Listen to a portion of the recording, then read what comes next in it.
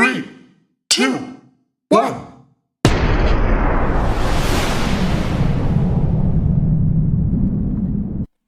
No dobra, lecisz. Go, go, go, go!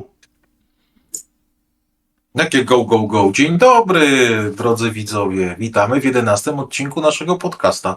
Dzisiaj przygotowaliśmy super ekstra niespodziankę, bryle w dół, co by tradycji stało się zadość. Słuchajcie, po pierwsze przekazuję buławę, co by nie było, bo to odcinek typowo Rafałowy, czyli na jego kanale się widzimy. No i cóż, mam nadzieję, że będziecie troszkę zaskoczeni, choć trochę zaskoczeni. Dzisiaj sobie porozmawiamy o wszystkim i o niczym.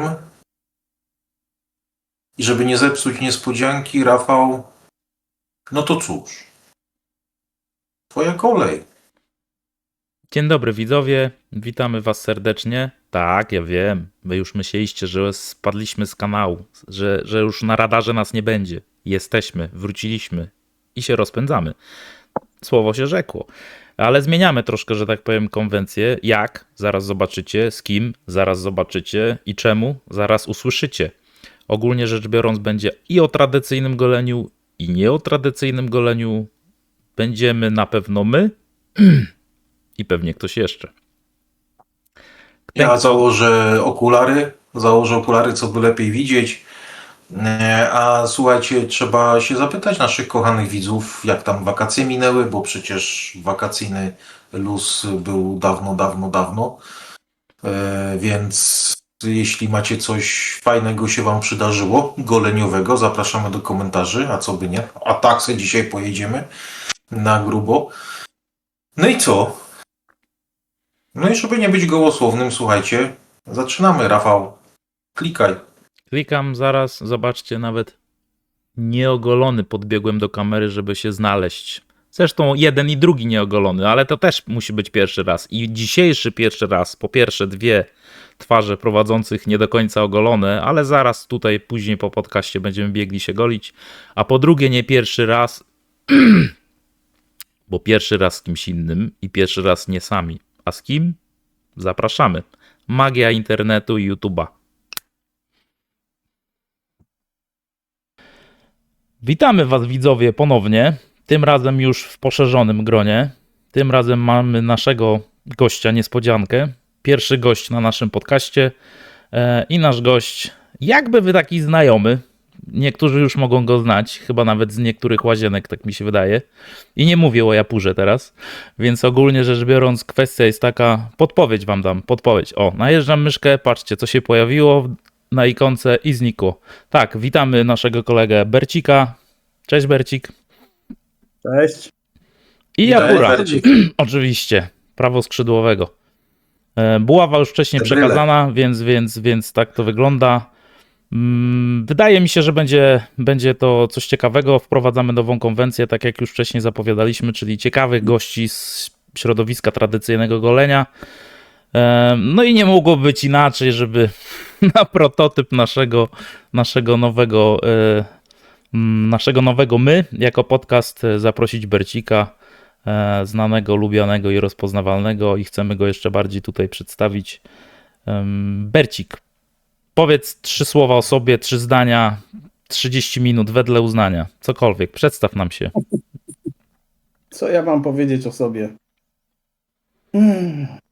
Coś zastrzelił teraz. Normalny człowiek, golący się, pracujący, mający hobby, kota i żonę.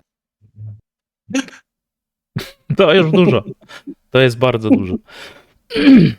Jak jest kot i żona, to dobrze, jak tradycyjne golenie, to najlepiej. Tak, ci co znają Bercika, na pewno go znają z jego kanału o tradycyjnym goleniu. Nie od dziś i nie od wczoraj go prowadzi, czyli Kaprys Bercika. A ci co nie znają, zapraszamy, na pewno poznają i zobaczą u nas właśnie na podcaście. Dobra, jak już mamy przedstawienie za sobą, chyba że może Łukasz coś chce zapytać jako pierwsze takie pytanie kontrolne? Ja i grzecznie się przysłuchuję. Pamiętaj, ja moderuję, ale Bercika znamy, lubimy, doceniamy. No i łapkujemy mu oczywiście kanał. Słuchajcie, tak, no człowiek wydaje się być ciekawy, trzeba mu zadać dociekliwe pytania, co by się tu nam ładnie wyspowiadał. Więc Rafał, zaczynaj. Dokładnie. Bercik, nie przygotowywaliśmy cię na tą rozmowę, żebyś nie wiedział za bardzo. Musi być to prawdziwe, wiarygodne i tylko i wyłącznie nasze, jak to się mówi, czyli nieinscenizowane. Zaczniemy może, słuchaj, od tradycyjnego golenia, bo z tego cię można poznać i z tego cię ludzie znają i z tego chcemy cię poznać bardziej, a później zapytam jeszcze parę rzeczy, oczywiście nie wnikając całkowicie w twoją świętą prywatność, bo jest to oczywiste. Powiedz nam tak, ile lat i jak się zaczęła twoja droga i twoja konieczność, przyjemność, poznawanie się i tworzenie swojej pasji, jeżeli chodzi o tradycyjne golenie. Ile lat praktykujesz? Jak to się zaczęło? U mnie chyba jak u każdego faceta w moim wieku, czyli zaczynał koper pod nosem rosnąć w wieku nastu lat. No i już wtedy pierwsze Gillette Sensor, Gillette Contour Plus, czyli tak zwane żaluzje. Oczywiście pianka lub żel w puszce. Później następne lata wymieniłem puszkę na mydło. Mydło oczywiście Wilkinson, no bo przecież jakie. W międzyczasie, Wiecznie żyć nie będę. tak jest, w międzyczasie jakieś kremidła były. No i później dopiero odkryłem, czyli jakieś, nie wiem, 10 lat temu odkryłem Proraso. Proraso, wspaniałe Proraso. Najlepsze mydło na świecie. Nie, przeskok jakościowy między Wilkinsonem a Proraso to jest naprawdę między Volkswagenem a Rollsem. No i tak się zaczęło. Wszystko przez sklep, który jest stacjonarnie we Wrocławiu. Na początku był w jakichś tam piwnicach, teraz jest piękny. I od początku jego istnienia tam chodzę i coraz więcej kupuję. Po tym Proraso było jakieś WSP, nie WSP, bo wtedy jeszcze to było dostępne w Polsce bez problemu. Kolejne maszynki. Pierwsza maszynka to Schluss oczywiście z takich poważnych, później jakiś Wilkinson paskudny. I tak leci do teraz. Przeraziłem się na Później początku. powstał kanał. Później powstał kanał. A kiedy Tak. to było, pamiętasz? Kanał kiedy powstał? 2-3 lata temu jakoś. Oczywiście ja chciałem od razu moim widzom powiedzieć, że jestem nieprzygotowany. Oni mnie po prostu dorwali z kuchni. Ja tutaj żebereczka sobie dzisiaj szykuję, a oni mnie wyrwali, ja umieram z głodu. Także mogę gadać głupoty. Całe szczęście. Na Ale głodnego mam będziesz nadzieję- bardziej prawdę mówił. Dobra, przeraziłem się jak zacząłeś o żaluzjach opowiadać, ale na szczęście trafiłeś na tą dobrą drogę, którą trzymasz się do dziś, także jest dobrze, jest dobrze. Super. Kanał, wydaje mi się, że koło 3 lat już chyba jakoś tak, nie? Nie wiem, naprawdę nie wiem. Jestem nieprzygotowany. Jakoś tak, jakoś tak. No, ale to można sprawdzić. 130 tam parę filmów.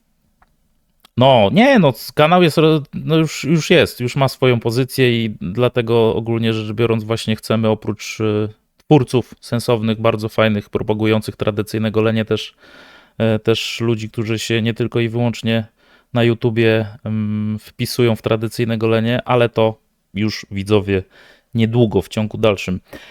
Dobra, mamy kwestię tradycyjnego golenia, mamy kwestię kanału. Teraz pytanie tak. Zaczynając tak jak wszyscy chyba zaczynaliśmy od tej plastikowej, nowoczesnej tandety, jak to się wyrażę. Co cię skłoniło tak naprawdę, co zauważyłeś od razu, jeżeli chodzi o tradycyjne golenie? Jak jest twoja opinia, jeżeli chodzi o tak zwane nowoczesne? Taką nomenklaturę sobie sam założyłem. Mam nadzieję, że wszyscy wiedzą, że wpisuję w to puszki, plastiki i inne takie elektryki. Jaką różnicę widzisz dzisiaj już po wielu latach praktyki? Podstawowa różnica to jest znacznie mniejsza ilość podrażnień. 2, wygoda golenia, czyli golimy się raz czy 2, czy jak to woli 8, no ja raz albo 2, wyrzucam żyletkę, maszynka czysta, nic nie zapchane, nie tłukę jednorazówką o umywalkę, żeby ją wypłukać, prawda? No, Zdecydowanie wygoda, jeszcze raz wygoda. Wszystko jasne. A co Ale najważniejsze, wiemy, że mniej właśnie- podrażnień. Mów. Tak. Zdecydowanie. A propos podrażnień, no to brzytwa to już jest mistrzyni. Tutaj podrażnień praktycznie nie ma wcale. No i właśnie wyciągnął mi pytania Bercik, ale rozumiem, że maszynki maszynkami, natomiast na Twoim kanale dużo filmów masz z brzytwą. Kiedy przekonałeś się, odważyłeś, jak Twój pierwszy raz wyglądał? Zacznę od kanału. Kanał, jak powiedziałem na początku sobie i innym, jest totalnie amatorski, jest moim kanałem.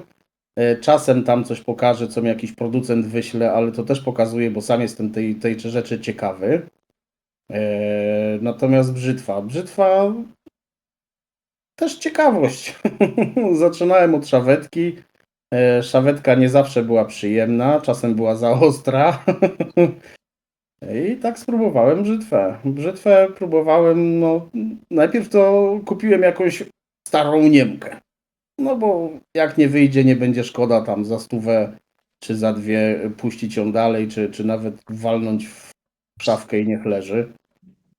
Później dostałem od mojego kolegi z Głogowa, pozdrawiam tutaj Kornela, dostałem współczesną brzytwę. No i zdziwienie, bo stara Niemka lepsza. Stal miększa, przyjemniejsza, bardziej sprężysta. I tak już została miłość do starych Niemek. To jest takie, wiesz co, kojarzy mi się Marzek. to z twoim kanałem właśnie, często gęsto to powiedzenie, że stare Niemki najlepsze. Przepraszam tu za hałasy w tle, ale mój kotek szaleje. Pozdrawiamy Moja kotka. córeczka. Moja córeczka. Kinia, masz pozdrowienia. O, już na samej górze, w bocianim gnieździe siedzi. Pod sufitem. Tak, no stare Niemki to stare Niemki. No kurczę, brzytwy są takim narzędziem, zresztą jak maszynki, no tak jak Gillette Tech, który tam ma już prawie 100 lat i też świetnie goli. Jest wręcz wzorcem dla niektórych producentów, jak powinna działać maszynka. Mówię tu o łagodności i skuteczności naraz, bo nie sztuką jest zrobić agresywną, skuteczną maszynkę, sztuką jest to połączyć. Racja. Czyli balans między efektywnością a skutecznością, żeby nie orać. Łukasz, jakieś pytanie jeszcze, czy idę dalej swoim tokiem? Wiesz co, jak trzymamy się tej brzytwy, ja bym chciał zapytać od razu prosto z mostu, czy rozmiar, czy może jakiś rodzaj szlifu, czy też materiał, z którego jest brzytwa wykonana, czy masz jakieś swoje takie ulubiony rozmiar, ulubioną powiedzmy model brzytwy, czy też producenta, który dla Ciebie jest najlepszy, najprzyjemniejszy. Mam taką, jest to 5/8 w szlifie pełnym, czyli full hollow, przez łatwość golenia i sprężystość ostrza. Rozmiar 5/8, bo 4/8 się potrafi wywinąć w ręku, 6/8 też może być, natomiast mam jedną brzytwę 7/8, no ona mi za dużo zasłania i powoduje zajączki w oczach albo w lustrze, Także to już za dużo. 5/8 stara brzytwa, najlepsza. Czyli rozumiem taki standard z zaokrąglonym czubkiem, czy też fryzjerskim, Nie ale musi być raczej z tych zaokrąglony. mniejszych. Na początku na pewno tylko i wyłącznie zaokrąglony, natomiast kiedy kupiłem brzytwę z ostrym czubkiem, to parę rys było. No i teraz też kupuję te brzytwy, natomiast od razu sobie stępiam ten czubeczek dla bezpieczeństwa. Nie jestem jakimś takim ortodoksem, który musi się golić taką brzytwą, jaką producent wymyślił. Nie, zawsze trzeba coś tam sobie dokombinować. To ja odpływając jeszcze dalej, bo kolejne pytanie tu mi się urodziło, czy pod brzytwę używasz specjalnych mydeł? W sensie masz jakieś swoje ulubione, czy one pokrywają się z tymi, które odpowiadają Ci do maszynki? A myślę, że o maszynkach to tu bardziej Rafał będzie wypytywał. Ja tutaj o tych brzytwach, czyli te mydełka mnie interesują.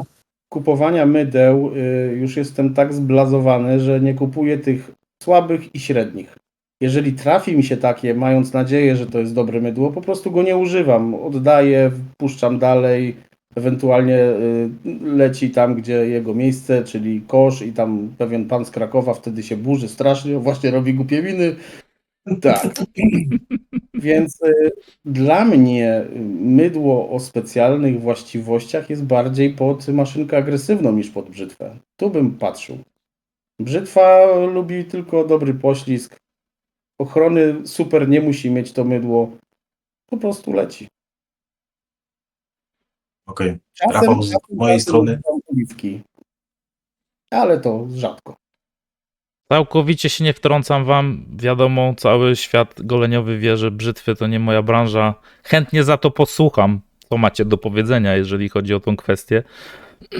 Jak to się mówi, Snowy nie lubi gadać coś, o czym nie ma pojęcia, tylko słyszał i gdzieś tam mu ktoś przekazał. Ale fajnie, że słuchajcie, mamy tutaj przedstawiciela ostrza szlachetnego, a przy okazji maszynek, bo to i mój świat, i Japura świat troszkę tutaj jest połączony. I elegancko. Słuchaj, brzytwy mamy. Co nam pokazujesz? Kubeczek, który sobie przywiozłem z Brukseli, ze wspaniałego muzeum, jest o wyścigu 24 Le Mans. O, no to już bardziej mój świat, bo motorsport uwielbiam od zawsze, ale to. Zresztą Le Mans, Kubica, aktualny jego kariera i wszystko jasne. Kto nie wie, niech się doszkoli, naprawdę. Mamy świetnego naszego reprezentanta w wyścigach WEC, który właśnie pokazuje, co potrafi i czemu Formuła 1 niestety może płakać i żałować, że go nie ma w swoich szeregach. Dobra, mamy brzytwy za sobą. To ja wchodzę w swój świat, tam gdzie ja się czuję pewnie, czyli maszynki. Ale to też nie tylko mój świat, to też świat i Japurka, i Bercika. Bercik, tak w skrócie. Czy współczesne, czy vintage'owe maszynki? Czy jeżeli współczesne, to jakie? Jeżeli vintage'owe, to jakie?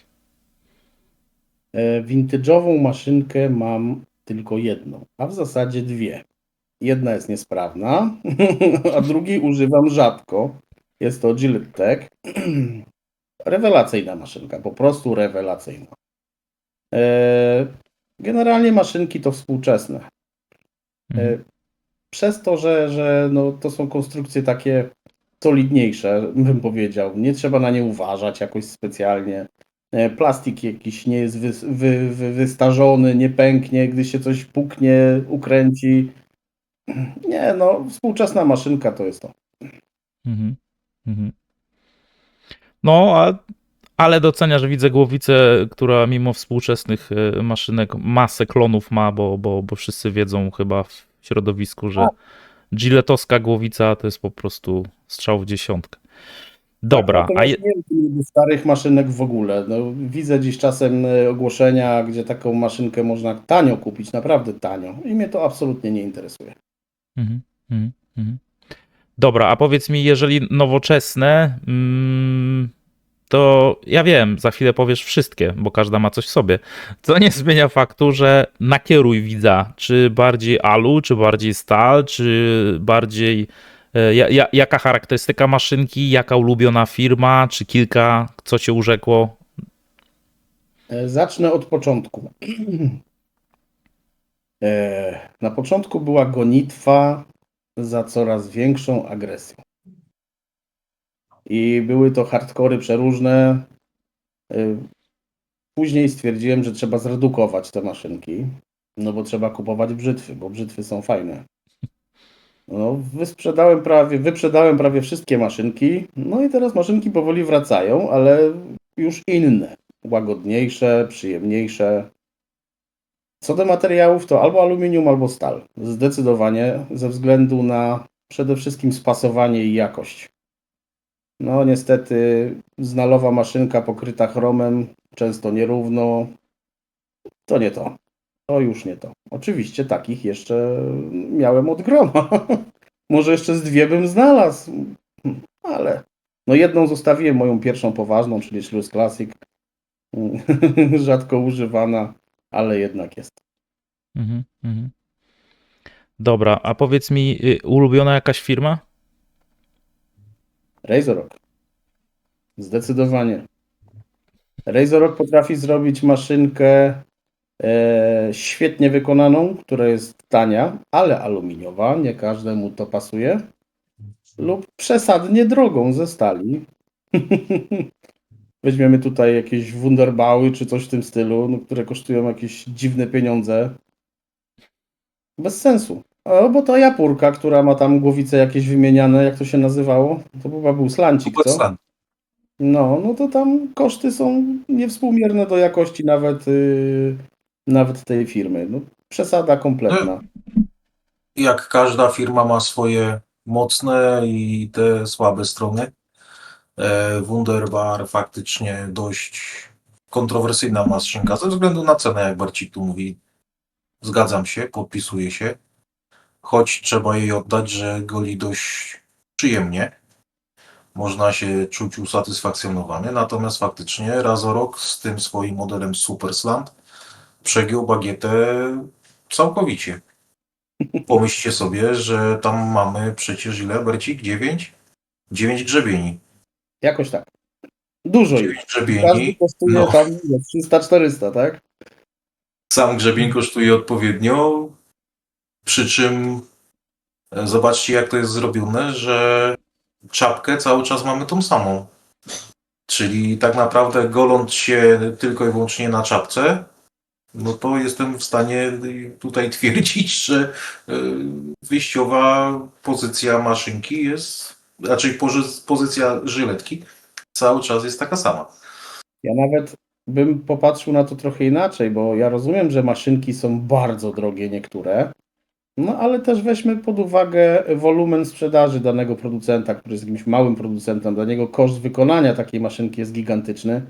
No a taki Razorok po prostu skubie użytkowników strasznie właśnie tym modelem. Chyba że to jest kwestia modelem, taka, tak. że procent sprzedaży uzupełnia to, że inne maszynki dobrej jakości jego są po prostu dość tanie, mimo że na przykład wyprodukowane w Kanadzie, gdzie koszty pracy są znacznie wyższe niż gdzie indziej, a koszt tam powiedzmy 200 zł za świetnie wykonaną maszynkę, no nie jest jakiś dramatycznie wysoki. No, Ale zaskakuje mnie Bercik, przepraszam Rafał, Śmiało. zaskakuje mnie Bercik, że tutaj jakby zrezygnowałeś z tych agresywnych maszynek, czyli chcesz powiedzieć, że pozbyłeś się z łazienki skuteczności? Nie, Chodzisz niedogolony? Nie, absolutnie nie. Chodzę niedogolony podskórnie. Natomiast chodzę dogolony tak, żeby było co golić za 2 dni. normalnie mówisz, jakbyś się lubił golić co najmniej. Co najmniej. Bardzo lubię, bardzo lubię. Zobaczcie, a propos niepodskórnego golenia, no to zresztą, który ci się spodobał, Game Changer, no wydaje mi się, że w rodzinie Razoroka to chyba jedna z takich no bardziej legendarnych, jeżeli chodzi o modele, które jak ktoś mówi Game Changer, Razorok, wszyscy wiedzą o co chodzi. Później zaczęli rozwijać oczywiście te mocniejsze płytki, bardziej agresywne, ale tak naprawdę oni chyba urzekli tym tematem w swojej rodzinie, że można się fajnie ogolić, przyjemnie ogolić, nie trzeba jechać po skórze do oporu, nie? Także to jest to, a zgadzam się całkowicie z tobą, jeżeli chodzi o aluminiaki, zresztą notabene muszę widzom powiedzieć, że z Bercikiem już pisaliśmy zanim, ja już byłem w tradycyjnym goleniu głęboko, ale zanim jeszcze kanał wpadł mi do głowy i tak naprawdę to ten delikwent, którego tam widzicie u góry właśnie, mnie zaraził aluminiowymi razorokami, bo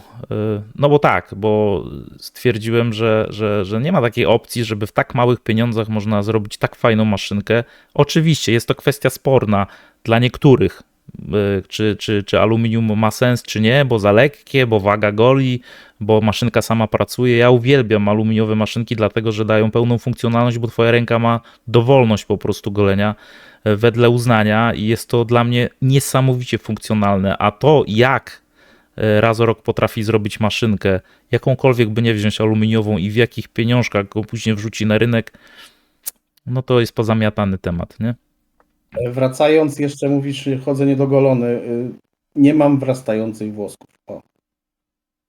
co potrafiły niektóre maszynki zrobić, które są super skuteczne. Tak naprawdę one są super skuteczne zawsze, a łagodne maszynki są super skuteczne we wprawnej ręce. No, czasami jest tak, że weźmiemy maszynkę, która nie goli, drugi raz nie goli, za trzecim razem ogoliła lepiej, za czwartym goli świetnie, nie?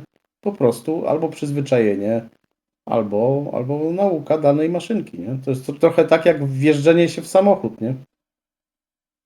No tak, tutaj przy łagodnych maszynkach myślę, że też warto sobie żyletkę odpowiednio dobrać, bo trzeba sobie powiedzieć, że nie wszystkie żyletki do wszystkich maszynek pasują, zwłaszcza do tych delikatnych, do tych nieagresywnych.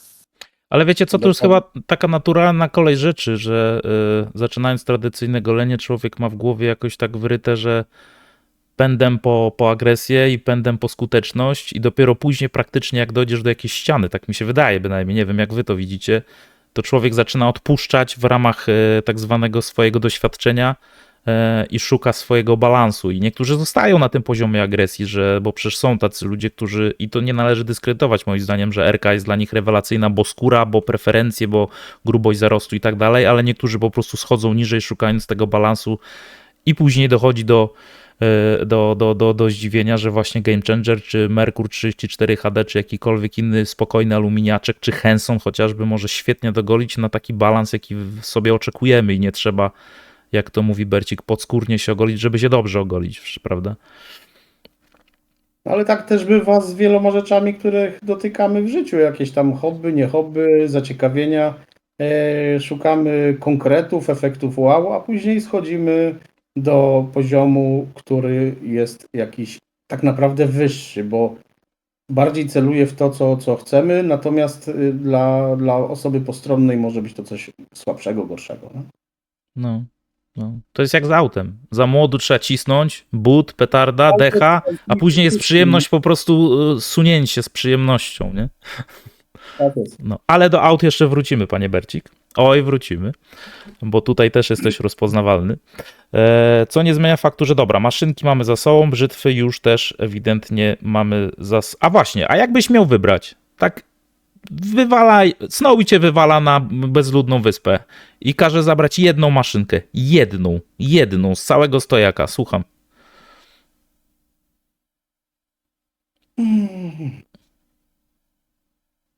Coś dowalił. Chyba Cyber. Weźmie Wunderbara, bo w razie czego go sprzeda, jak jakiegoś jeszcze jednego znajdzie, bo jest droga. Na bezludnej wyspie nie ma komu. Jakbym nie golił głowy, to może byłoby to bardzo trudne, natomiast to, że golę głowę, to chyba Razor Cyber. Razor Cyber. Bardzo dobry wybór. Albo maszynka, którą niedawno kupiłem, jeszcze o niej filmu nie ma, a będzie.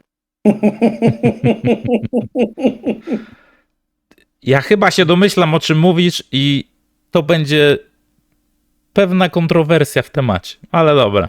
Duża kontrowersja. Tym bardziej trzeba śledzić kanał Bercika, żeby się doczekać kontrowersji. Ale że co, to reklamę mu robimy? Czy antyreklamę? To nie jest reklama, bo ja ci za nic nie płacę. To jest polecajka. O ty jeden, ty. Blik, zaraz tam pójdzie temat odpowiedni, no. No. To jest polecajka. Pamiętaj, Bercik, Japur ma na drugie Blik. Ksywa Blik. Blik. Tak jest. Kraków. Dokładnie. Nie, tu są wieczne oszczędności. Kraina wiecznych oszczędności. Tak. Jak to przypadło na naszą byłą stolicę. Dobra. Razorok. Przepraszam, przemyśl tutaj.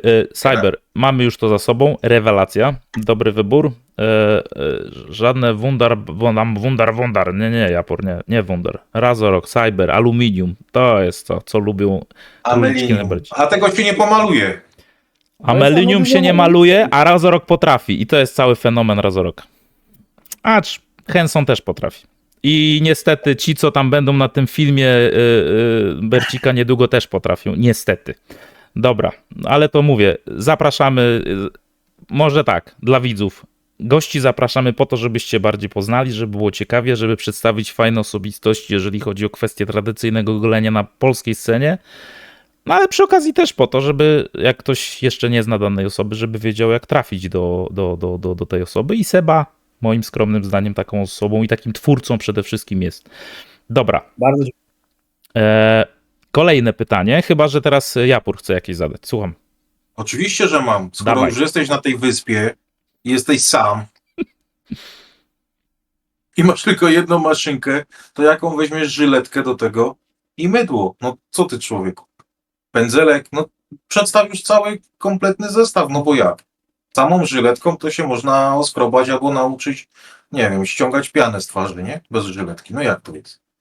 Żyletki to by były chyba obojętnie jaka, byle nie zielone te tureckie, jak one się tam nazywały. Są zielone i czarne. Derby, Nie pamiętam marki. Proszę? derby. Derby, tak. No, oprócz derby zielone to wszystko się nadaje. Najbardziej się nadaje i tu was trochę powkurzam, chyba Tiger. Wszystkie żyletki najlepsze na świecie. Drugie miejsce Persona. Powiem ci, chyba jesteś jedyną osobą, którą rozpoznaję po tym, że Tiger naprawdę tak bardzo, ale to bardzo mu podpasował, ale to jest piękne w tradycyjnym goleniu, że jesteśmy absolutnie inni i to jest świetne. Acz tak, jesteś jedynym, że tak powiem, wybrańcem Tigerów, jakiego znam. Także tak to wygląda. Dobra. Mydełko! Mydełko? Mydełko pewnie Saponificio Varesino, bo na słońcu, bo myślę, że bezludna wyspa to jednak jakaś tam jak na filmach, zawsze ładna pogoda i pięknie, no to nie rozpuści się i nie zepsuje, więc SV. To jeszcze Bercik Pędzelek. Pędzelek. Myślę, że Chodzi to o rodzaj łosia. świnia zdecydowanie. Okej. Świnia zdecydowanie jest najbardziej uniwersalna dla mnie, najprzyjemniejsza, w sensie najłatwiejsza, najmniej z nią zabawy, aczkolwiek konik czy borsuk, no kaprysu oczywiście też. Najmniej lubię syntetyki w sumie, no bo nie ma z nimi obsługi żadnej, takie nudne są i jeszcze chlapią i wody nie przyjmują. Są Mam, bo mam. przewidywalne. Tak. Ale czasem takie golenie musi być przewidywalne. Bierzesz Hensona, bierzesz syntetyka, nie masz czasu na myślenie, po prostu się golisz. Także. Tak, zwłaszcza do głowy, zdecydowanie. Syntetyk, bach po robocie, nie? No. A, no do notabene właśnie zauważcie, że Bercik, nie to co ci tam z Krakowa, że Bercik też aerodynamiczne fryzurki lubi, także też się goli. O właśnie. 2 na 1 banda łysego. Ja jestem z Krakowa. No, a propos bezludnej wyspy, jakie mydło? Kokosa walisz o kamień, masz kurde olej z kokosa, wiesz, na twarz i jedziesz, no. Proste. No. Też można też tak powiedzieć, no wcale się nie golić i przyzwyczaić po tygodniu. Gęba już przestanie swędzieć. Wróble się tam zalęgną. To nie tak. To nie ten kanał. Bercik, to nie ten kanał. No. Na bezludnej wyspie bym wolał brzytwę. Ale wiesz co? Zdziwiłem się, bo myślałem, że tabaka weźmiesz na bezludną wyspę. Nie, bo mi się potłucze, wiesz, tygielek i będzie lipa. A SV jest w puszeczce. Funkcjonalność. No. Okej. Twój wybór, twoje decyzje nie wnikamy. Na dłużej czy jednak puszka SV niż tygiel tabaka. Nie, no to tak, to akurat trafili z tymi puszkami. A przy okazji ładny efekt i fajny. Ale dobra, jeżeli już Japur zarzucił temat mydeł, to teraz zostańmy tu na chwilę. SV-ka już wiemy. Trochę zdradziłem naszym widzom, że tabaka też lubisz. Zaraz się ustosunkujesz czemu i za co. Ogólnie powiedz mi, jakie mydła? Czy bardziej miękkie, czy bardziej twarde? Jakie preferencje zapachowe? Mocne, słabsze? Jakie nuty zapachowe? Popowiadaj nam trochę, co lubisz? Chyba wolę twarde mydła od miękkich. Aczkolwiek właśnie z paczkomatu wyjąłem 2 miękkie, także. 2 miękkie. Raczej twarde. Nie mówiłem, że Bizancjum? No. Twarde raczej mydła. Zapachy to, nie wiem, to jest moja psychika chyba, bo tu jest od smrodu, oleju, podkładów kolejowych, przez róże, owoce, kwiatki czasem, ale raczej róże, z kwiatków to róże. Tak, po prostu kwiatowych, jak te włoskie, typu Chao Fung Sing czy coś takiego, to nie lubię. Kiedyś lubiłem te zapachy, teraz ich absolutnie nie cierpię. Perfumiarskie też mi średnio wchodzą.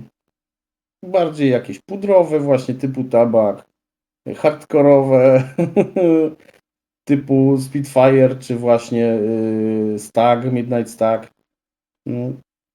albo właśnie róże. Jasne, jasne. Dobra. I teraz. I firma jakaś ulubiona? Tak z tych takich oprócz tabaka i Saponificio? No pewnie. Dawaj. Muszę sobie przypomnieć, co ja tam mam w tej szufladzie. Kurczę, no nie jestem w stanie teraz sobie coś Jakby wymyślić. miał jedno mydło, to by pamiętał. No to włoski, które wam polecam. Bergamotto di Calabria. Co to za marka?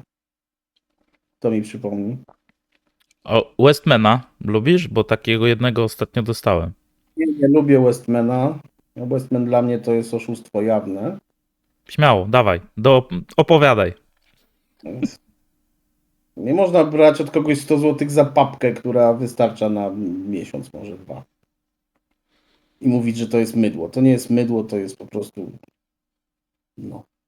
Znaczy, Breja. to jest krem z fantastycznymi właściwościami, ale rzeczywiście obawiam się, że producent nas za szybko zostawia z samym aftershave'em. Taka jest moja sugestia. Jeżeli chcę kupić krem i wydać na niego 50 zł, to chciałbym, żeby na nim było napisane 50 zł krem, a nie mydło do golenia, co nie jest mydłem. Nie lubię być robiony w bambuko po prostu. I za to lubię Sebego, czarno-biały chłop. Dobra. I nie boi się powiedzieć, co myśli. A kremy? Lubisz kremy? Jakie? Bardzo lubię i bardzo rzadko używam. Kremy. Kremy Palmolive przede wszystkim. Za świetny, rewelacyjny, wspaniały stosunek jakości do ceny. Samą jakość też. Krem Spike. Też chyba niemiecki albo austriacki. On jest niemiecki. Co tam jeszcze mamy? No tabak robi gorszy krem, zdecydowanie. To już nie jest to. Ja tam jeszcze mam jakąś florenkę, coś w tym rodzaju. Mam serbski bodajże krem. W zasadzie to jest pasta. Brion. O Jezus, jakie to ma rewelacyjne właściwości. To trzeba raczej w misce niż na twarzy. No jest parę kremików, jest. Mhm, Odbidy nasza Nivea też może być. rozumiem. Dobra, a teraz tak mam nadzieję, że niekontrowersyjnie, że coś tam znajdziesz, bo jakiejś potężnej półki nie mamy, ale dobra.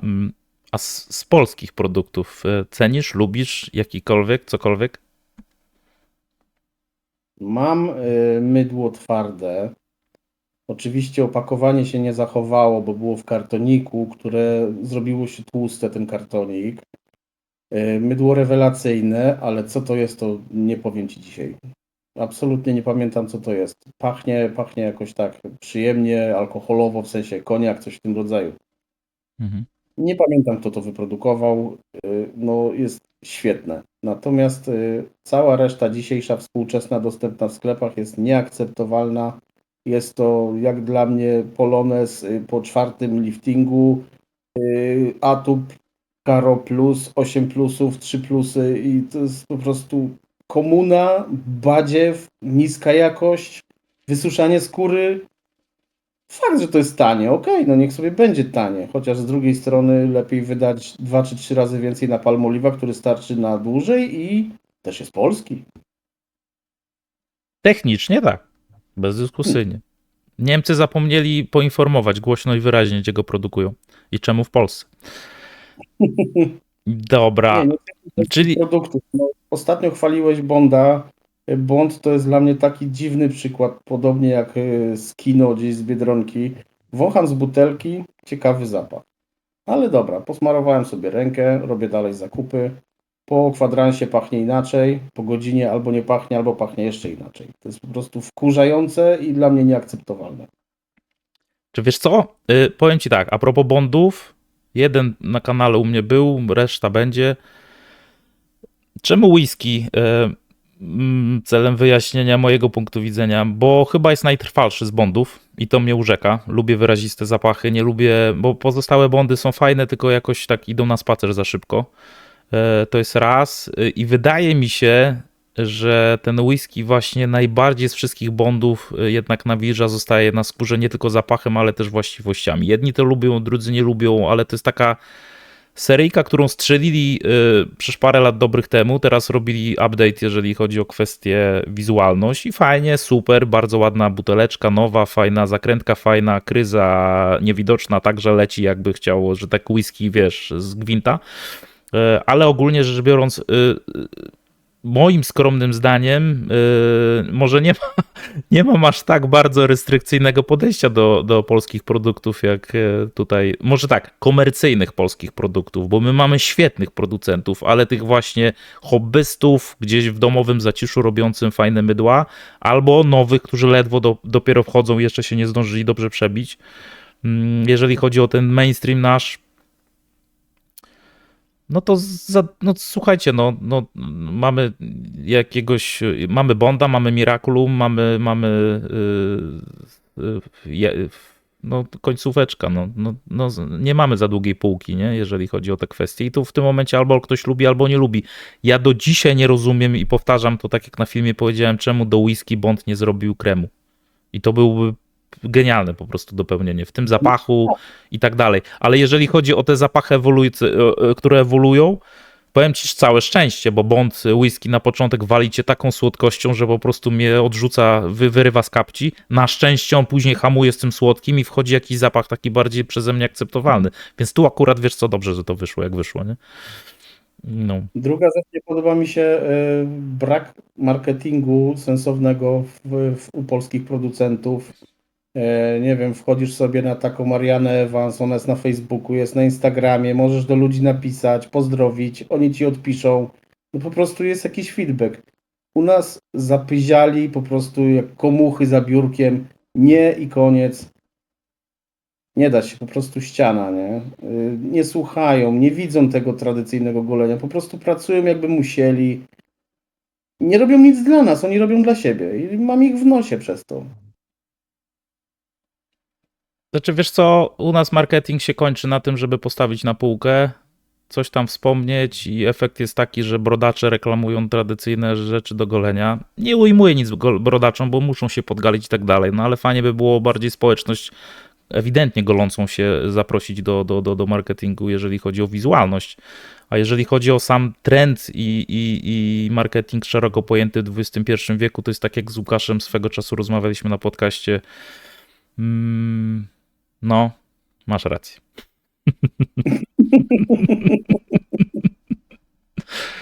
I tyle. Ale nie będziemy tutaj roastować. No mówię, ja troszkę więcej tam akceptuję tych naszych, ale no chciałoby się, żeby nasze produkty naprawdę się rozwijały, żeby szły. Chciałoby się na przykład, że jeżeli nawet tradycyjne golenie się doczeka jakiegoś twardego mydła, które no, jest jakie jest, to żeby później była szybka reakcja, wysłuchanie społeczności, zauważenie społeczności, że to no po prostu nie pykło, żeby zaakcentować, że my tutaj mamy rynek nasz polski, wypuścić coś fajnego. No ludzie, no jeżeli ktoś w domowym zaciszu potrafi absolutne świetne mydła i tutaj nie będę opowiadać, wielu jest takich talentów właśnie zrobić, to firma z tradycjami kilkudziesięcioletnimi nie potrafi, no błagam was. Powiem ci takie coś, porównam to. Ostatnio na Facebooku widziałem roleczkę, zespół kilku facetów, jak się okazuje z Niemiec. Gra takiego spokojnego rocka, jakaś gitara, jakieś coś tam jeszcze. Przypomina trochę to Deep Purple. Tylko spokojniej. Nie sprzedają płyt w sklepach, tylko proponują ci tą płytę, oni ci ją wyślą za darmo, za 1 euro. Tam, znaczy za 1 euro, kłamie. Płacisz za przesyłkę powiedzmy 5 euro i masz dowolną, darmową, znaczy dobrowolną donację na nich. Możesz wysłać euro, możesz nic nie wysłać, możesz wysłać 100 euro i oni ci przysyłają płytę, która jest rewelacyjnie nagrana, która fajnie brzmi. i jakoś potrafią się pokazać. Ja ich w ogóle nie znam, a wydali już z 5 czy tam 6 płyt. E, Muzyka jest świetna, no muzyka to wiadomo kwestia gustu, ale jakość nagrania tej płyty po prostu powala. I co? I za 30 zł mam płytę. Czy nawet producenci mydeł, którzy wychodzą na rynek dopiero, oni nie będą leżeć gdzieś w Rossmanach na półkach. No ciężko im się przebić. To jest jakaś często strona, gdzie mają 2-3 pozycje. Wchodzisz na tą stronę, powiadom o dostępności, tego nie ma. Nie ma marketingu w Polsce, no nie ma. Kurczę, nikt nie wychodzi do ludzi golących się, tylko siedzą i nie wiem, czy myślą, czy nie myślą. Wystarczy tak jak ci, co zrobili tę płytę, wrzucić taką rolkę na grupy facebookowe o golących się i oni by w ciągu, podejrzewam, tygodnia sprzedali 100 mydeł. A jeżeli jest jakość i się obroni, to wtedy będą ludzie kupować dalej, nie? Dlaczego ja kupuję już 8 z rzędu tabaka? No bo jest świetny dla mnie, nie? Masz rację całkowicie, bo u nas ogólnie postrzegania celowanego, agresywnego, a przy okazji skutecznego marketingu to no, nadal się uczymy we wszystkim. No u nas jeszcze bym dołożył, żeby trochę wybronić tych naszych producentów, bo twierdzę, że mam naprawdę niesamowite talenty i to nie tam 1 czy 2, tylko naprawdę wielu chłopaków potrafi świetne mydła robić nie od wczoraj. Tylko moim zdaniem jeszcze realia polskie, czyli po prostu wjeżdża sanepid i cię tak zatłucze różnymi obostrzeniami, że ci się po prostu odechce mydeł robić, nie? I w tym momencie się kończy impreza. Ale to taka sugestia. No, nie, no bo tak jest, no niestety, że obostrzenia są znaczące i w tym momencie można się zdziwić. Ale no tak, no zgadzam się z tobą, że ale zobaczcie, to też ogólnie rzecz biorąc, ja nie wiem czemu, bo może to tak wynika, że tradycyjne golenie na świecie to jest jakość, to jest klasyka, ale z tą wyjątkowością i tak jest postrzegana. U nas jest trochę takie małe spaczenie, że tradycyjne golenie to jest dziadek, to jest jakiś zabobon, to jest jakieś pypcie poprzyklejane na twarzy w sztuk 40, jeżeli chodzi o papier toaletowy. I cytuję, z całym szacunkiem, żeby nie było, bo ja czasami lubię sobie użyć smród lidera na twarzy i absolutnie nic się nie przebija. Wystarczy wejść do jakiegokolwiek sklepu, odbić się od puszek, plastików i innych badziewi w sztuk miliard i zobaczyć dwa kremy polskiego producenta i wyjść po prostu, no bo no, po prostu nie wiem, ja mam takie wrażenie, że tradycyjne golenie ma być zabite, a nie rozwinięte, jeżeli chodzi o naszą pasję w tym kraju, bynajmniej. No jest to nisza i nikt z tym nic nie robi. Oprócz nas. Ostatni wierni. Ordery sobie zaczniemy przypinać, komentarze pod filmami, będzie dobrze. Ja w to wierzę. I będziemy wyglądać z tymi komentarzami przypiętymi jak generałowie na Placu Czerwonym. Ordery od brody aż po kostki, nie? No. Tak jest. Także tak to wygląda. Dobra, pogadali i bardzo fajnie pogadali, bo tu nie chodzi o tylko wypytanie, tylko że właśnie zobaczenie, jak to wygląda, jeżeli chodzi o kwestię twojego, naszego i wspólnego podejścia. A tak właśnie to jest fajne, wiecie, w społeczności tradycyjnego golenia, że każdy ma inny pogląd, można się wymieniać i można mówić. Temat rzeka, jeżeli chodzi o tą kwestię i super. Łukasz tu podpytał o pędzel, ja podpytam troszkę bardziej szczegółowo, bo taka moja rola. Powiedz mi, mówiłeś, że dzik? Podobnie mamy. Ja borsuki czasem używam, ale tak naprawdę dziki syntetyk. Mimo że ty nie lubisz syntetyków, ja je pół na pół z dzikami lubię. Syntetyk to lubię w zasadzie tylko 2 pędzle, nic więcej. To jest Plisoft Razoroka i Müller Silver Fibre. To dla mnie najfajniejsze włosia, nic więcej. A jeżeli dzik, to jaki? Albo Samok, albo Zenit. Mhm. One mają przyjemne włosie, średnio sprężyste i z fajnymi końcóweczkami. Omega? Nie, Omega, jestem zrażony Omegą, ponieważ jak kupowałem Omegi kiedyś, to raczej te tańsze modele i one po prostu tak kłaczyły, że mój kot się może od nich uczyć. jak się kłaczyć po chałupie. Mówisz na każde lato i na każdą zimę linią? Tak, jedyna Omega, którą dobrze wspominam, przepraszam, to dwie. To jest ta ProRaso, która się już pokłaczyła i jej przeszło. I drugą miałem taką, wysoki model, to chyba był 18, 400 coś. No to też był fajny pędzel. Zresztą bardzo podobny wizualnie, tylko w zielonej rączce, takiej udającej kamień. No to szwagier dostał mój w spadku i do tej pory używa, zadowolony jest, mówi, najlepszy pędzel. Super. Łukasz, Więcej pytanko? kamień, wszystkie żałuję. Nie no wiesz, z Bercikiem troszkę się znamy, to tak ja wiem wszystko, co by tam mógł preferować, że tak powiem. Natomiast dla widzów powiedz proszę może, powiem, że masz i też gdzieś tam ja zachwycony byłem. Pędzel z konia, ten czarny, jak on ci się spisuje? Czy dużo problemów z nim? To jest mój drugi pędzel z konia. Pierwszy to był Semok, taki mały, krótki. Semok, który dość mocno kłuł po twarzy, co mi w sumie nie przeszkadzało, ale przeszkadzało mi w nim to, że on po prostu się, jak to się mówi, zawsze mówię, kundli. Plączą się te kłaki w nim.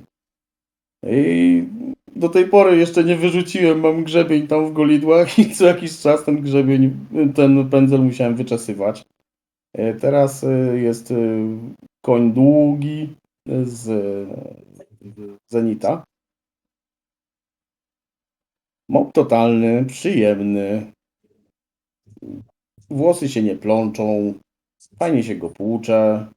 Rewelacja, po prostu rewelacja. Jak ktoś lubi delikatny pędzel, to jest świetny. No i go praktycznie nie czuć na twarzy, jak się nim miziasz. Także fajny pędzel. Tylko że mopek fajny.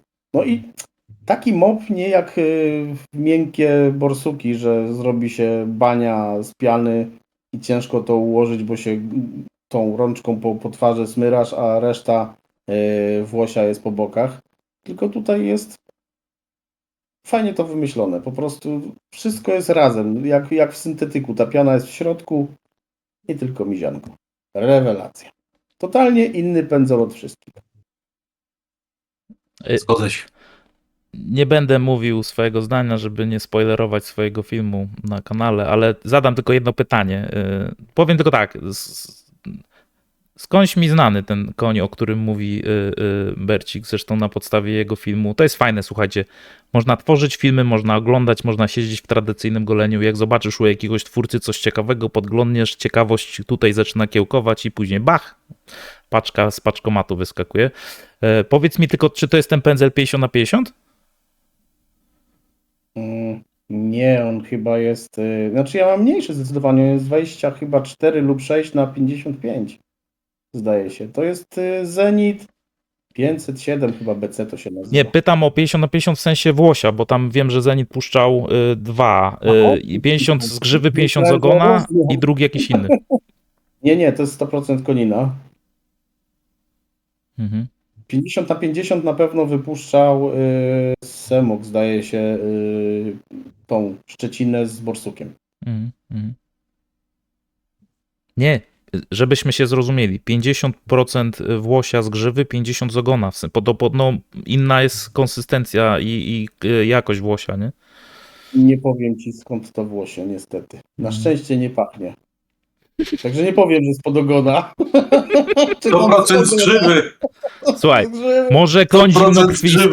może koń zimnokrwisty, z nadkopyta, nie? No. Nie, to jakaś nasza szkapa do rzeźni szła i wzięli. W końcu to włoskie pędzle, nie? Nie, słuchaj, żeby Kabanosy? nie było, że tradycyjne golenie antyekologia, nie, koniki dalej żyją, nie są kabanosami. Ekologii z zabijaniem zwierząt dla mięsa, czy coś w tym rodzaju. Jak słyszę na przykład ekologiczna skóra, gdzie żeby ją wyprodukować po prostu się tyle dymi i plastiku topi, że to ma tyle z ekologią wspólnego, co ho. A to mamy to samo zdanie. Oczywiście żartowałem sobie, to jest tak samo jak ekologiczne samochody elektryczne, które żeby zasilić po prostu trzeba nawalić tyle węgla w atmosferę, że aż miło, nie? ekologiczne w Stanach czy w zachodniej Europie. One są tylko nieekologiczne w Polsce. Bo my jesteśmy znowu i z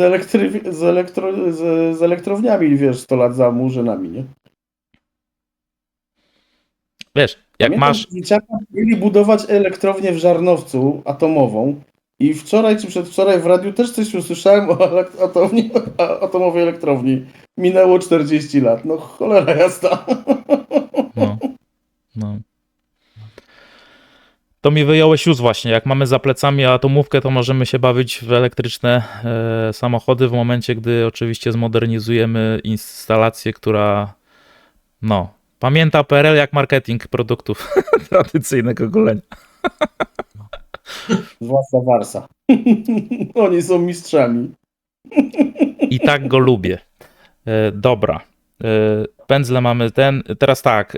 Wiemy bardzo dobrze, kontrowersyjny Berciku, że nie wiedzieć czemu. Ja do dzisiaj się zastanawiam i za każdym razem jak biorę tą żyletkę, to się zastanawiam, jak już wspomniałem, jak tyś to wykombinował ze swoją skórą, że Tiger ci pasuje. Ale jeżeli już Tiger ci pasuje, to jeszcze zdradź nam z takich innych żyletek, które preferujesz, które lubisz, które się sprawdzają na twojej skórze. No na pewno jest to persona. Każda persona. Kiedyś Dorko. Kiedyś Astra. W sumie to tak, wiesz, Chińczyki teraz też, bo się ich trochę popróbowało, więc większość z nich jest naprawdę dobra.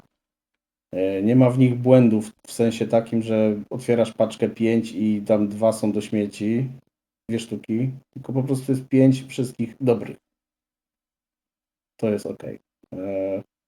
W sumie to tyle. No, mam tam żyletki, które wiesz,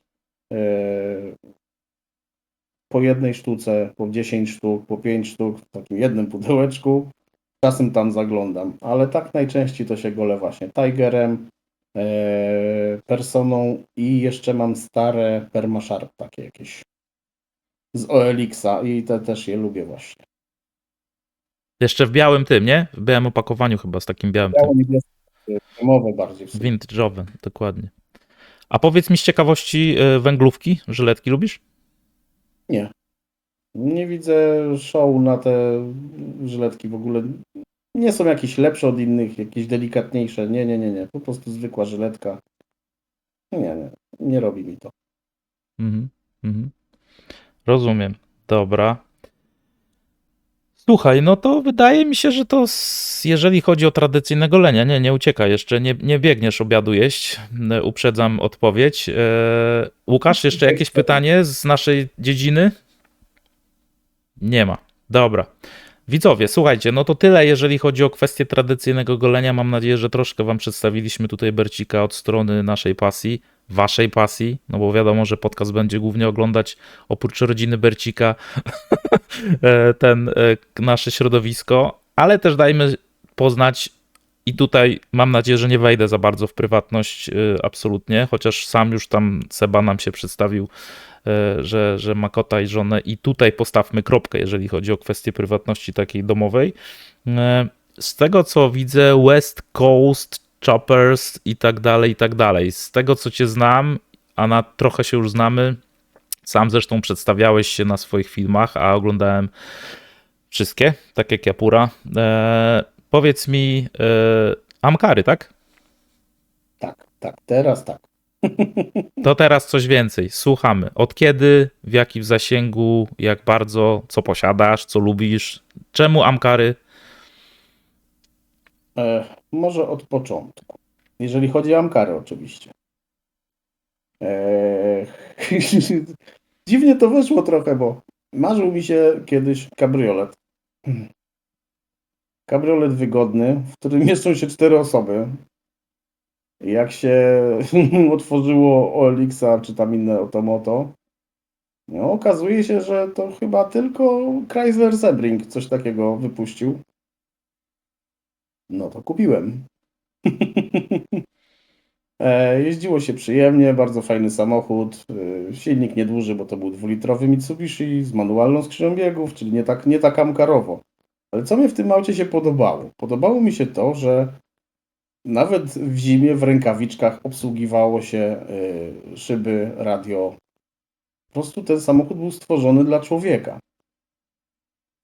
Tam było wszystko wygodne, w miarę ergonomiczne, ale bardzo wygodne. Naprawdę nie trzeba było się kombinować, starać. Jak mówię, w zimie w rękawiczkach obsłużysz radio, szyby, wiesz, wszystko, nie? Drugi Ankar to był Chevrolet Caprice Classic, rok modelowy 90, czyli 89 z fabryki wyszedł, kombi. Jego kupiłem, bo chciałem zmiany. Wiadomo, co jakiś czas trzeba coś zmieniać w życiu. Dlaczego ten model? Bo był kanciasty, bo bulgotał, bo tam wiadomo V8, 5 litrów.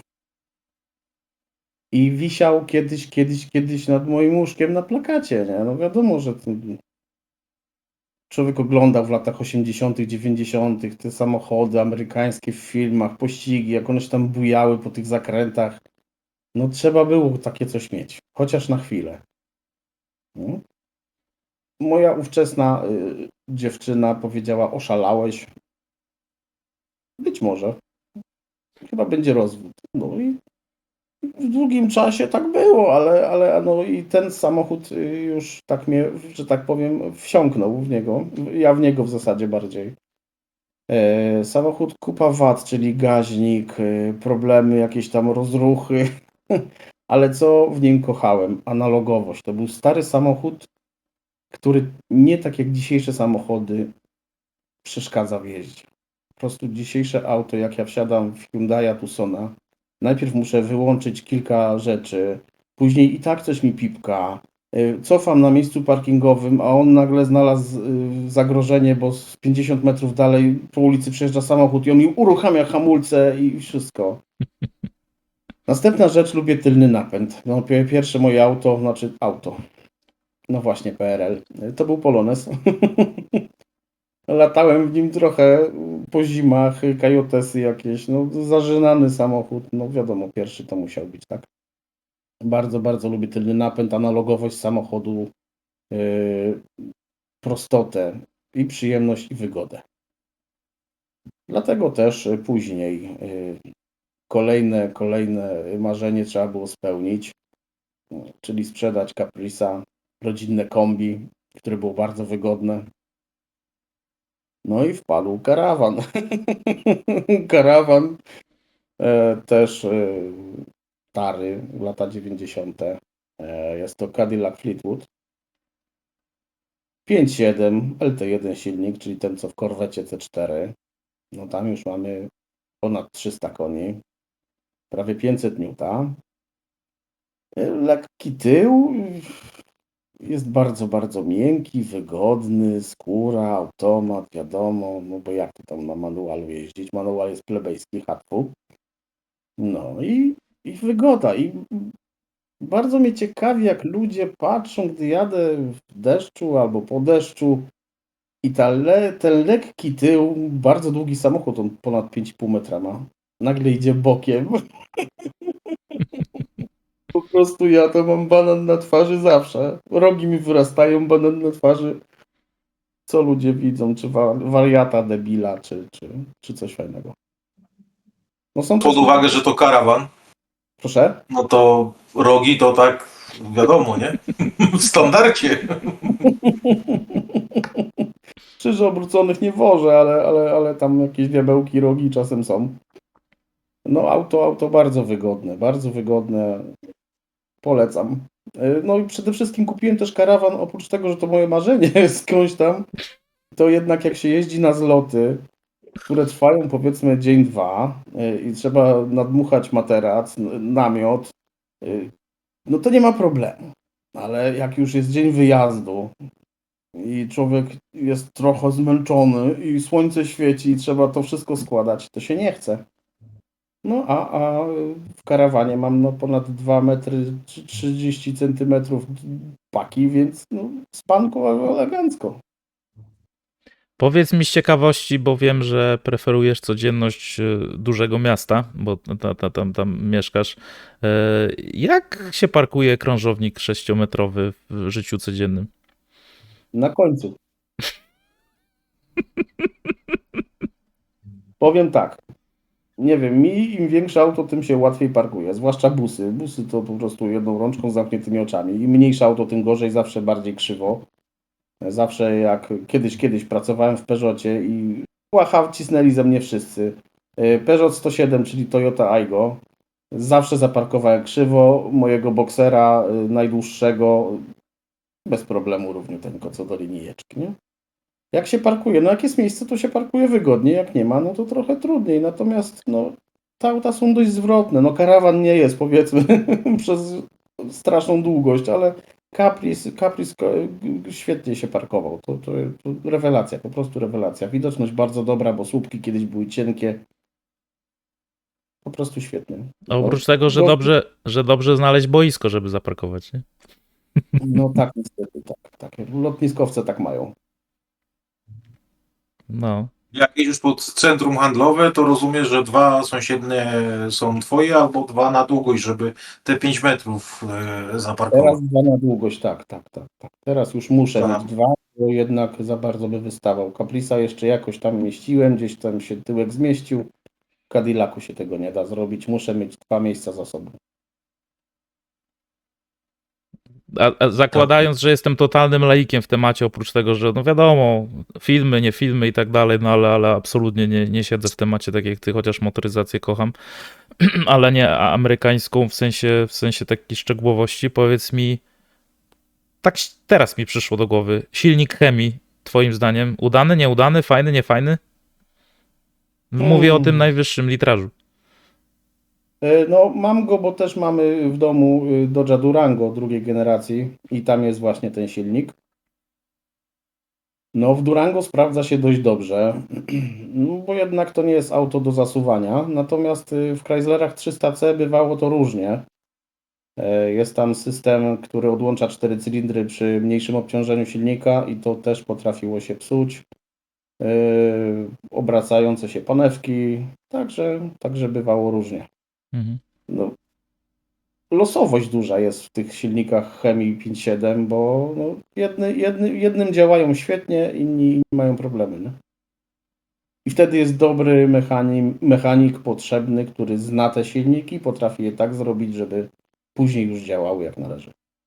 No właśnie, Ja znam jednego gościa. a kolejna rzecz, powiedz mi, realnie posiadając Amkara, klasyka sprzed lat, nie samochód, który miesiąc temu został ściągnięty i wyprodukowany, realnie, jeżeli nie masz umiejętności, a jakieś masz z tego co wiem, ale zakładając, że ktoś nie ma, jest problem naprawić auto w Polsce? Nie ma problemu. Nie ma problemu. To samochody są prostsze niż europejskie najczęściej. Bywa tak, że ktoś nie chce go przyjąć, bo się po prostu boi, nie zna. Ale też jest tak, że no, przy każdym dużym mieście albo w każdym dużym mieście jest przynajmniej 2-3 serwisy, które się Amkarami zajmują. Jedni tańsi, inni drożsi, inni lepsi, drudzy gorsi, ale zawsze coś. Mhm. I ostatnia rzecz, która przeraża zawsze, jeżeli ktoś słyszy amerykańskie auto. Prawda to, że amerykańskie samochody nie mówi się ile pali, tylko ile jest, tyle spali? No, muszę Ci powiedzieć, że jak chcę zatankować swoje samochody, to nie mogę nie wyłączyć silnika, bo gdy nie wyłączę silnika, to nigdy nie zaleję do pełna. Niestety. Berciku, to powiedz jeszcze, jak z dostępnością części zamiennych. Oj, tu różnie jest. Tu jest bardzo różnie. Na przykład w klasykach Wszystko ze Stanów? jest gigantyczny problem z częściami karoseryjnymi, typu jakieś listewki, szyby, takie rzeczy. No, do aut z lat 90., 2000 i teraźniejszych nie ma żadnego problemu, albo jest wszystko na miejscu, a na ogół ze Stanów po prostu Rockauto, znany sklep, wrzuca się w koszyk, przychodzi tam za tydzień, dwa i jest. Czyli da się. Także Da się z przyjemnością użytkować Amkara w Polsce. oczywiście, że tak. Super. Oczywiście, że tak. Jest to bardzo, bardzo przyjemne, bo auta są często mocne, często tylnonapędowe, często świetnie brzmiące, bo tak większość z nich to V8 jednak zawsze z automatyczną skrzynią biegów.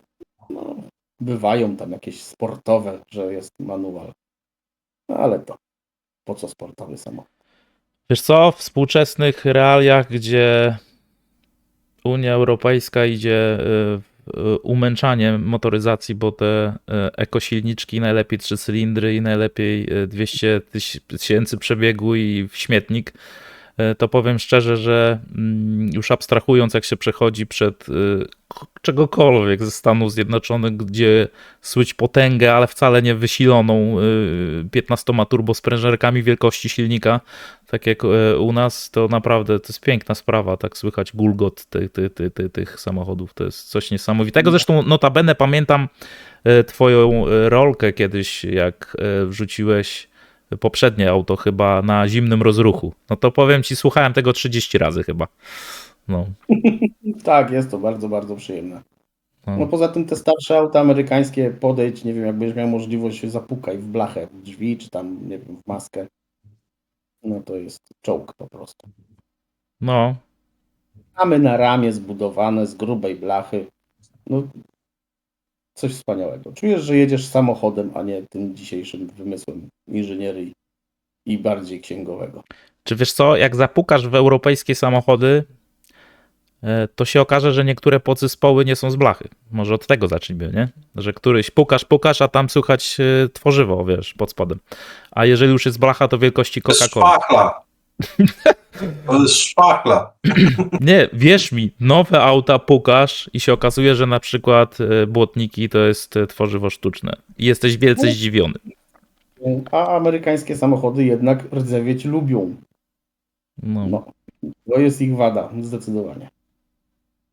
Ale nie chciałbym, słuchaj, z ramą i blachą amerykańskiego samochodu iść na czoło też. No nie.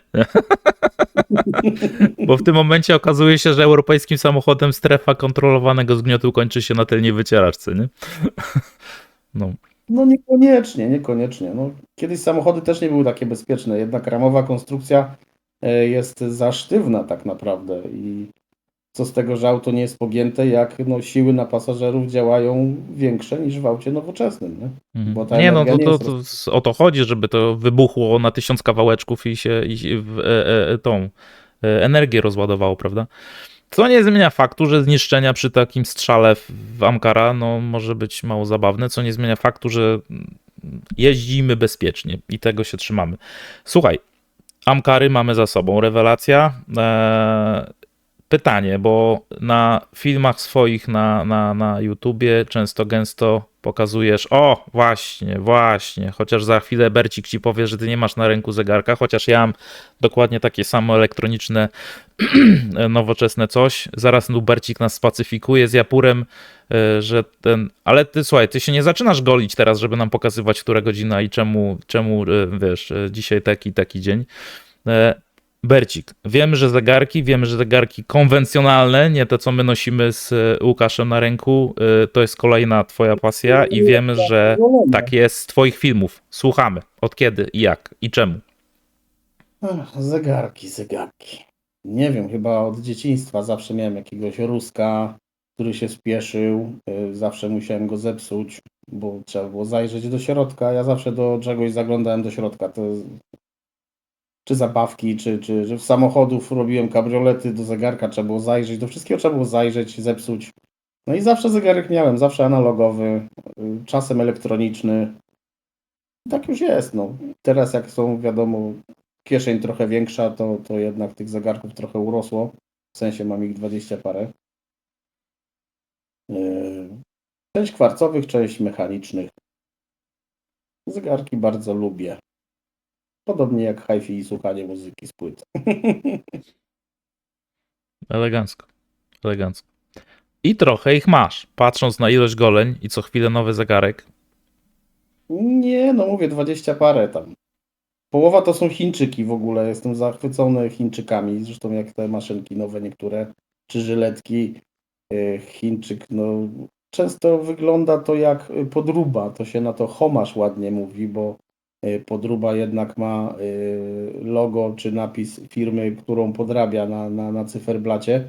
Tutaj są marki, które po prostu robią zegarki, które są bardzo podobne lub wręcz zerżnięty jest wygląd z danego modelu renomowanej marki. I to są zegarki, które są rewelacyjnie wykonane z materiałów, których europejscy producenci zegarków czy japońscy no nie słyną, bo na przykład szafirowe szkiełko to w europejskim zegarku trzeba dać powiedzmy około 1000 zł i to nie zawsze jest. A w Chińczyku za 3-4 stówy, czy tam teraz 5, bo zegarki drożeją nawet w Chinach, jest to stal 316L, pełne ogniwa w bransolecie, wszystko jest. No i tak to się kręci. Jestem w stanie to uwierzyć, mając smartwatcha na ręce, którym śpię, pracuję, trenuję, wykonuję ciężkie roboty wokół domu i najbardziej zabawne, że ktoś stworzył zegarek z tytanu i szkiełko właśnie szafirowe, które mówisz. Ktoś mi kiedyś powiedział, załóż sobie tam folię, tak jak na smartwatchu będą rysy. Nie ma ani jednej. Więc powiem tak, moje się skromne nie zdanie, ale- w Azji albo zrobią skrajną tandetę, albo zrobią tak, że Europa klęka po prostu. Tak jest moje zdanie. Zgadza się. I już potrafią. Temacie zegarków, Jabłurek, coś? Nie, temat zegarków jest moim zdaniem wyczerpany. Zaciekawił mnie temat audio, bo widziałem gdzieś na rolce, czy gdzieś tam, wiem, że posługuje się wzmacniaczem lampowym i to troszkę mnie interesuje, ciekawi. Powiedz mi, jak z obsługą, bo wiadomo, wzmacniaczem.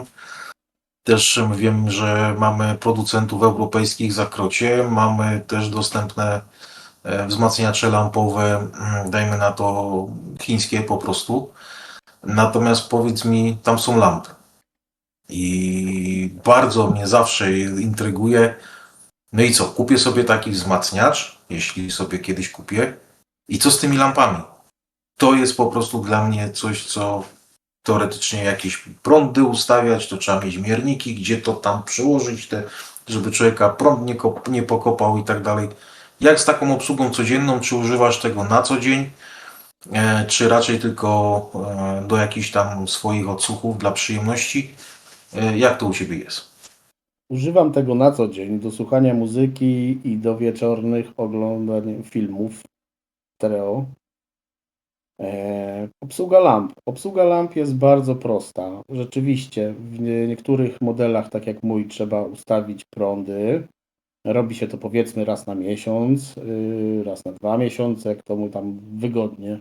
Jest to banalnie proste, bo przykładasz do miejsc, gdzie masz zmierzyć multimetr i śrubokręcikiem kręcisz śrubką do właściwej wartości.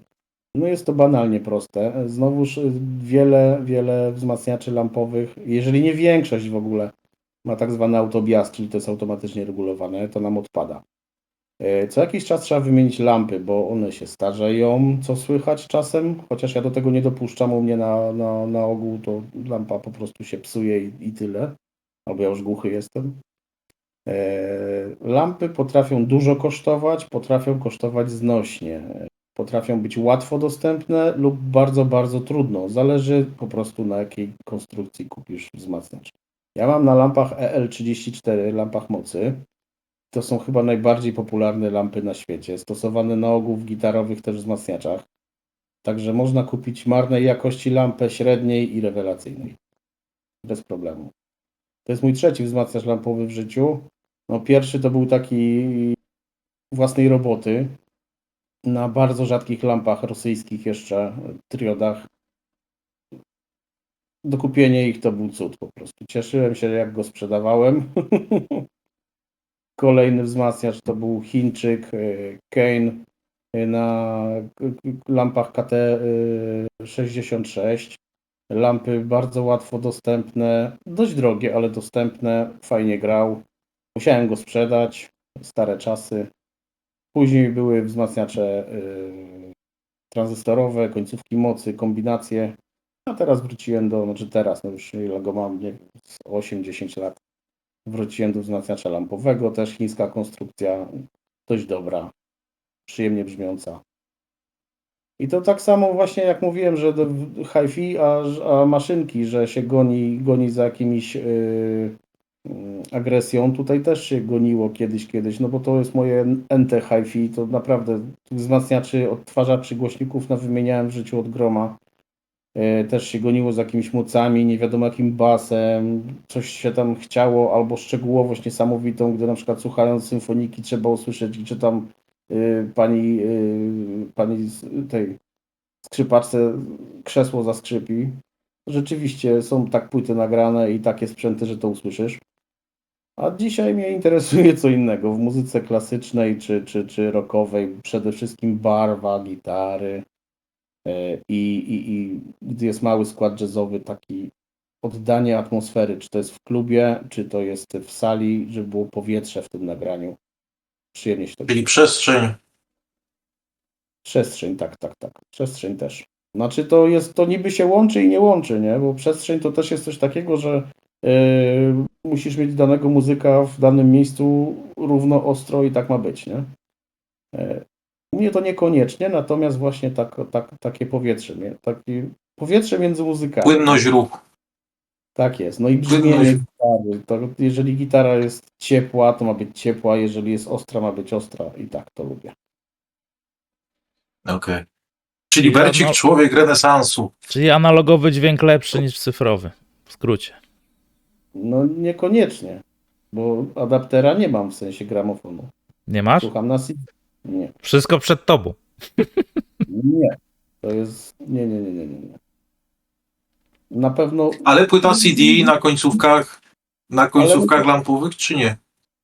CD nie, po prostu CD i tyle. Żadnych końcówek do CD się nie wkłada, żadnych lamp, bo to jest tylko psucie konstrukcji i komplikowania. A wcale to nie brzmi. Lepiej te pieniądze włożyć w wzmacniacz i wtedy brzmienie jest lepsze.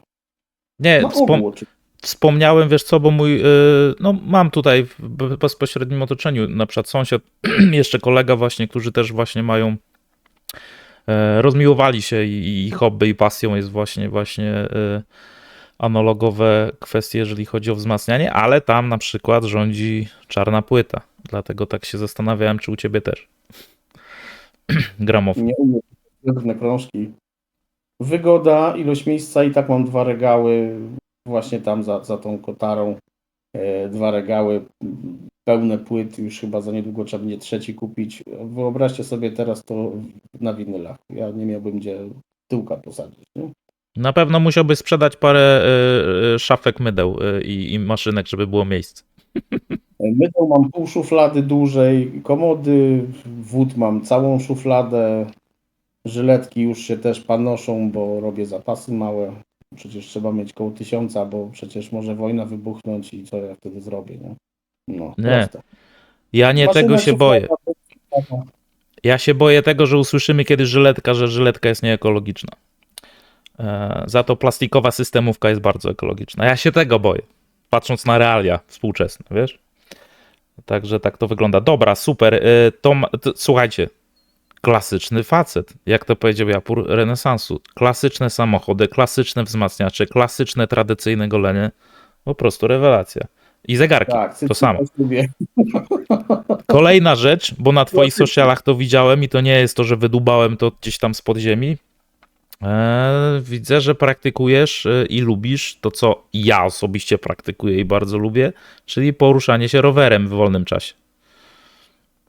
W wolnym czasie. Ładnie nazwane. A że wolnego czasu mało? 5 razy w roku. 5 razy w roku, tam po 10-20 km, 30 i tyle. Mało jeżdżę, nie mam czasu. Weekendy mam zajęte, albo rodzina przyjeżdża, albo znajomi, albo my wyjeżdżamy, także my wiecznie w rozjazdach na weekendy. Nie ma czasu jeździć. Ale to chyba rowery nie takie zwyczajne, oczywiste z tego, co widziałem, nie? Tak.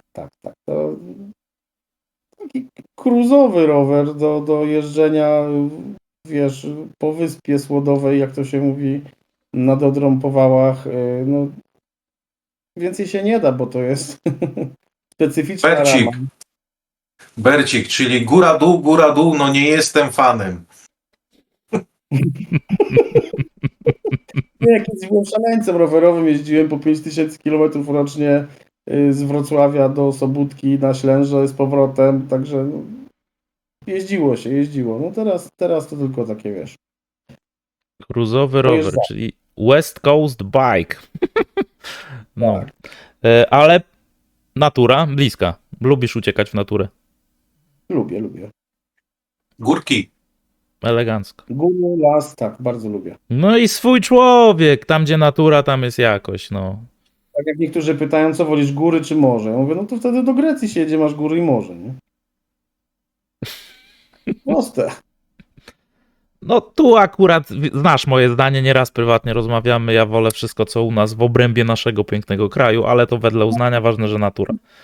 Ważne, Moim że natura. zdaniem, Ale przy czym, słuchajcie, no Grecja fajna, tylko tam z kolei temperatury, nie?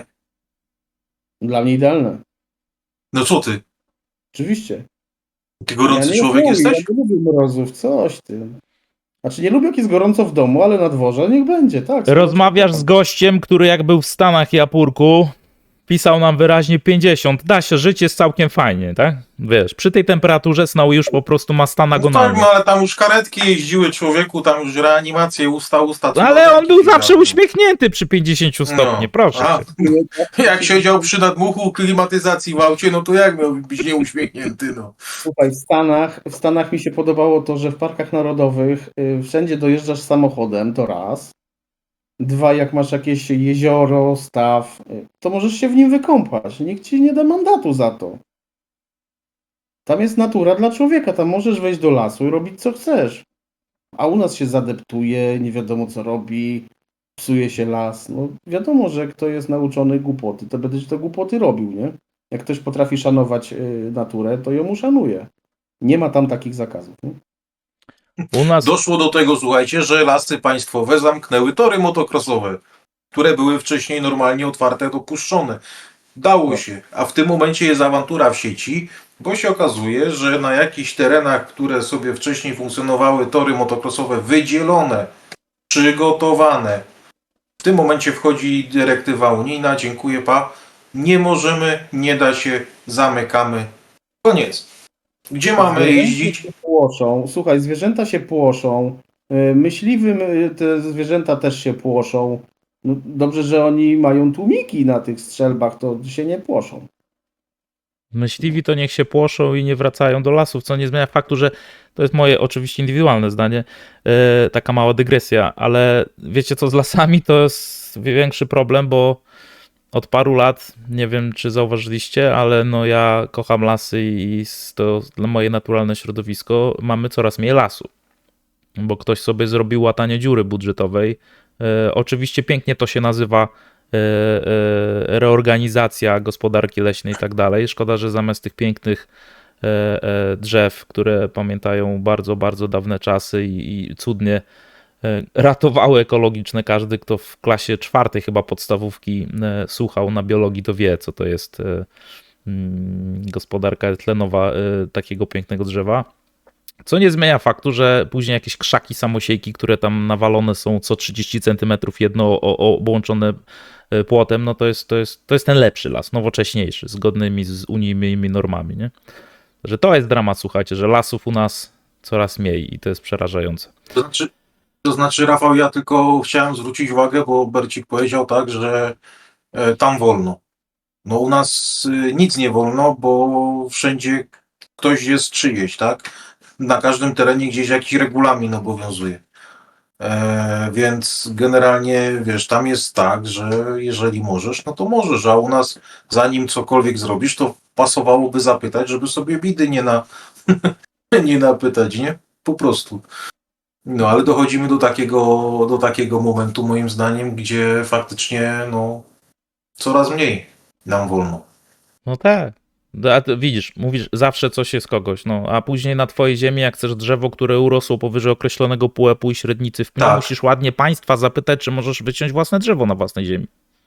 To że chyba jakiś taki mały paradoks. Nawet jak go własnoręcznie posadziłeś No oczywiście, i że tak. zapłaciłeś za sadzonkę. Dokładnie tak. Dokładnie tak. A państwo ci powiedzieć, nie. Będziesz to Może ci drzewo tam powiedzieć. trzymał. No. Tak. Posadź jak chcesz. Chyba, że się zawali i zburzy ci dom. No to później się stosuj zapytanie, czy dobrze, czy niedobrze. A jak nie, to tam jest tabelka, proszę, książka zażaleń i pretensji. Także tak to wygląda. Dobra, słuchaj, mamy to. Wydaje mi się, że już powoli finiszujemy. Takie mam wrażenie, chociaż moglibyśmy sobie gadać, bo zawsze biegamy naokoło przy różnymi koncepcjami, ale tak to jest, jak się dobrze z kimś rozmawia i chce się rozmawiać i jest z kimś o czym porozmawiać. Łukaszu, jeszcze jakieś pytanie? Dzisiaj grzecznie siedzę, nie odzywam się. Bercika nie przetrzymuję, bo schudnie nam kolega sympatyczny. Ja też już głodny jestem, bo Ja tam wiem. już wiesz, Ja waży mu się w garze. No, Bercikowi co już- dzisiaj robisz? Żeberka pieczone. O, proszę, żeberka, proszę. Patrząc po uśmiechu Łukasza, nie muszę pytać, czy lubi. No to ja Zakładając, mam dzisiaj parówki. że ja mam wilcze zapędy też, mięsożercą jestem też, że tak. Czujemy się zaproszeni. Dziękujemy, Bercik. Będziemy Tak, do 5 dziękujemy, Bercik. Nie widzę przeszkód. Bercik, dzięki ślicznie, że się zdecydowałeś z nami wystąpić. Dzięki, że przyszedłeś, że poświęciłeś nam troszkę czasu. Mam nadzieję, że to nie ostatni raz na tym naszym, że tak powiem, kanale. No i cóż, Gadające głowy. do zobaczenia w sieci. Tak jest. Tak jest. To jeszcze ode mnie. Tak, dziękujemy Ci, Seba, że przyjąłeś nasze zaproszenie.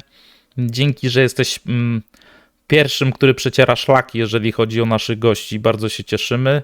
Tak, bryle, Bryle. tak, wiemy, bryle. Bryle. Bryle.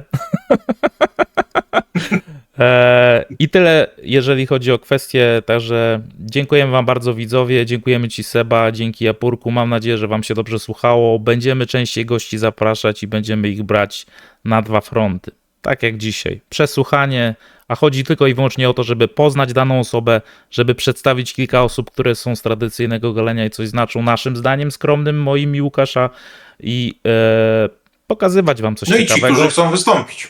I w tych, którzy chcą wystąpić dokładnie. A najważniejsza rzecz, zapraszamy do Sebego na kanał Kaprys Bercika. Wchodźcie, lajkujcie, oglądajcie, Shave and subskrybujcie. Chłopak naprawdę ma dużo do ciekawego pokazania, duża wiedza, zawsze z humorem i zawsze w swój indywidualny sposób. Kropka. Wszystkim bardzo dziękujemy. Kropka. Do następnego, trzymajcie Dzięki. się. Też chciałem bardzo Wam podziękować i widzom oczywiście. Pozdrawiam. Cześć Wam. Cześć, hej.